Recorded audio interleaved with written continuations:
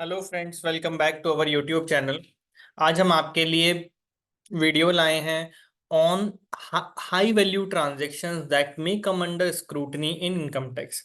यानी कि ऐसे ट्रांजैक्शंस अगर आपने किए हैं साल भर में और आप अपनी आईटीआर में उनको रिफ्लेक्ट नहीं करते हैं प्रॉपरली, तो वो आपको इनकम टैक्स की स्क्रूटनी में इनकम टैक्स की नज़र में ला सकते हैं और इनकम टैक्स का नोटिस आपके ऊपर आ सकता है। तो ऐसे कौन से 5 हाई वैल्यू ट्रांजैक्शंस हम आज की वीडियो में डिस्कस करने वाले हैं, चलिए जानते हैं।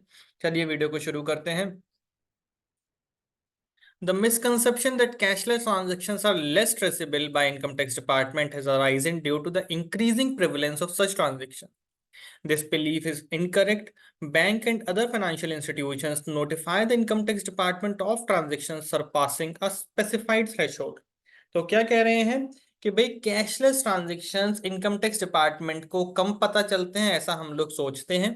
ऐसा नहीं है। बैंक्स, इंश्योरेंस इंश्योरेंस कंपनीज या स्टॉक मार्केट या म्यूचुअल फंड डिस्ट्रीब्यूटर, हर किसी के ऊपर मैंडेट है कि वो एक स्पेसिफिक लिमिट के बाद के ट्रांजैक्शंस को इनकम टैक्स डिपार्टमेंट में रिपोर्ट करेंगे। इसमें कार्ड पेमेंट भी हो सकता है, आपके यूपीआई ट्रांजैक्शंस भी हो सकते हैं, आपके अकाउंट में कैश डिपॉजिट हुआ है या विड्रॉल हुआ है। With data analytics, income tax department इस चीज को वेरीफाई कर रहा है अलग अलग सोर्सेज से, जिसके बेसिस पर वो आपकी एक फाइनेंशियल प्रोफाइल बनाता है और ये देखता है कि भाई कोई डिस्पैरिटी तो नहीं है आपने जो इनकम अपनी डिक्लेयर करी है और आपने उस इनकम के अगेंस्ट खर्चे किए हैं उन दोनों के बीच में। तो क्या है, सबसे पहला ट्रांजैक्शन है depositing large amount of cash in savings account. अगर आप सेविंग अकाउंट में साल भर में 10 लाख रुपए से ज्यादा का खर्च कैश डिपॉजिट करते हैं, तो वो इनकम टैक्स डिपार्टमेंट के पास रिपोर्ट होता है। बैंक्स उसको इनकम टैक्स डिपार्टमेंट के पास रिपोर्ट करते हैं। ये चाहे अगर आप मल्टीपल सेविंग अकाउंट्स में भी करेंगे, तो क्योंकि सेविंग अकाउंट पैन लिंक्ड है, तो वो पैन के बेसिस पर उठा लेता है और बता देता है कि सारे सेविंग अकाउंट को मिला करके 10 लाख रुपए से ज्यादा इस अकाउंट में जमा हुआ है। ऐसा नहीं कह रहे हैं हम इन ट्रांजैक्शंस के लिए कि भाई ये ट्रांजैक्शन अगर आप करेंगे तो इनकम टैक्स डिपार्टमेंट कहेगा कि आपने कोई टैक्स की चोरी करी है।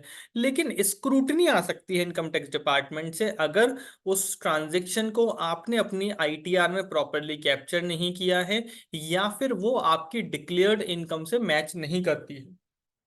Fix deposits made with cash, आपने कैश बैंक में जमा किया और फिक्स डिपॉजिट कराया।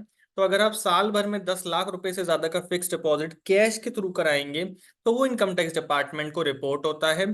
तो आपको ये ध्यान रखना है, इनकम टैक्स डिपार्टमेंट उस पर आपसे नोटिस दे करके पूछ सकता है कि भाई आपने अपनी आईटीआर में इनकम तो मान लीजिए 8 लाख डिक्लेयर करी थी और आप बैंक में एफडी करा रहे हैं 10 लाख की, तो कैसे आप इनकम से ज्यादा की एफडी करा सकते हैं। तो अपनी इनकम टैक्स रिटर्न को भरते समय इन चीजों का ध्यान रखें और अपनी इनकम को अपने इन्वेस्टमेंट्स एक्सपेंडिचर के साथ रिकंसाइल करके चलें। ये डीम्ड इनकम की में भी काउंट हो सकता है। उस पर हमने एक अलग से वीडियो बनाई है, जिस वीडियो का लिंक हम डिस्क्रिप्शन में दे देंगे, आई बटन में दे देंगे। अगर आपके ऊपर कोई भी income as a deemed income income tax department taxable करेगा, तो आपको उसके ऊपर 60% से टैक्स देना है। बहुत हैवी टैक्स लाइबिलिटी है, तो उस वीडियो को भी जरूर देखिए। आप परचेजेस कर रहे हैं shares, mutual funds, bonds cash में, तो अगर आप 10 लाख रुपए से ज्यादा के कैश में म्यूचुअल फंड्स खरीदते हैं, शेयर्स खरीदते हैं, बॉन्ड्स खरीदते हैं, तो ये इनकम टैक्स डिपार्टमेंट को इन्फॉर्म किया जाएगा म्यूचुअल फंड, शेयर्स या बॉन्ड्स की एजेंसी थ्रू। और इनकम टैक्स डिपार्टमेंट इस पर आपसे नोटिस दे करके पूछ सकता है कि भाई इसका सोर्स ऑफ इनकम बताइए कि आप कहाँ से इस पैसे को लेकर के आए थे जिसके बेसिस पर आपने कैश में ये इन्वेस्टमेंट्स करे हैं। Repaying credit card bill in cash, तो क्रेडिट कार्ड बिल का पेमेंट अगर आप कैश में करते हैं 1 लाख रुपए से ज्यादा, तो उसके ऊपर भी इनकम टैक्स डिपार्टमेंट को रिपोर्टिंग होती है और इनकम टैक्स डिपार्टमेंट आपसे पूछ सकता है कि आपने ये जो क्रेडिट कार्ड का बिल कैश में पे किया है, इसका सोर्स ऑफ इनकम क्या था। क्रेडिट कार्ड के रिफंड रूल्स में एक अच्छा चेंज आया है, बड़ा चेंज आया है। आरबीआई ने लास्ट कुछ दिन पहले इसके लिए सर्कुलर रिलीज किया था, एफएक्यूज रिलीज किए थे। इसके ऊपर हमने एक अलग से वीडियो बनाई है, हम उस वीडियो का लिंक डिस्क्रिप्शन में डाल देंगे, आई बटन में डाल देंगे। आप उस वीडियो को देख सकते हैं और समझ सकते हैं कि क्रेडिट कार्ड के रिफंड रूल्स क्या चेंज हुए हैं। तो अगर आप क्रेडिट कार्ड का बिल कैश में पे करेंगे 1 लाख रुपए से ज्यादा का, तो इनकम टैक्स डिपार्टमेंट आपको नोटिस दे सकता है, अगर वो ट्रांजेक्शन आपकी आईटीआर में प्रॉपरली कैप्चर नहीं हुआ है या आपकी डिक्लेयर्ड इनकम के साथ मैच नहीं करता है। कैश पेमेंट्स अगर आप प्रॉपर्टी से रिलेटेड कोई भी करते हैं, तो अगर 30 लाख रुपए से ज्यादा का आप कोई भी कैश पेमेंट करेंगे, तो ये इनकम टैक्स डिपार्टमेंट को रिपोर्ट होगा और इनकम टैक्स डिपार्टमेंट इसके ऊपर आपसे नोटिस दे करके पूछ सकता है। तो आपको ये एडवाइजेबल है कि आप अपने, अगर ऐसा कोई भी ट्रांजेक्शन करते हैं, तो या तो रजिस्ट्रेशन डॉक्यूमेंट फॉर्म 26 QB इसमें रिपोर्ट कर दीजिए उस ट्रांजेक्शन को। Even if the property purchase value is below the threshold, the department retains the authority to request the source of fund if there are suspicion of discrepancy in your income और the other transaction. तो अगर 30 लाख रुपए से कम का भी transaction है, तो income tax department के पास रिपोर्ट हो रहा है और इनकम टैक्स डिपार्टमेंट को राइट है कि वो आपसे उसके बारे में भी पूछ ले, उस ट्रांजेक्शन के बारे में भी पूछ ले। क्यों? क्योंकि अगर डिपार्टमेंट को डाउट होता है कि जो आपने कम का भी ट्रांजेक्शन किया है उसमें भी कोई टैक्स एवेजन के चांसेस हैं, तो वो आपसे पूछ सकता है, ब्लैक मनी के चांसेस हैं। तो कंप्लाइंस क्या करें?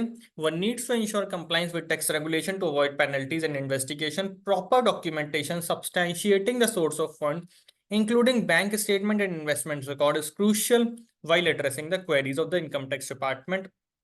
इनकम टैक्स नोटिस किस किस सिचुएशन में आ सकता है और उसका कैसे रिप्लाई करना है, इसके लिए हमने एक अलग से वीडियो बनाई है। उस वीडियो का लिंक हम डिस्क्रिप्शन में आई बटन में दे देंगे, आप उस वीडियो को जरूर देखिए, आपको पता चलेगा कि इनकम टैक्स डिपार्टमेंट से नोटिस आपको किस किस केस में आ सकता है।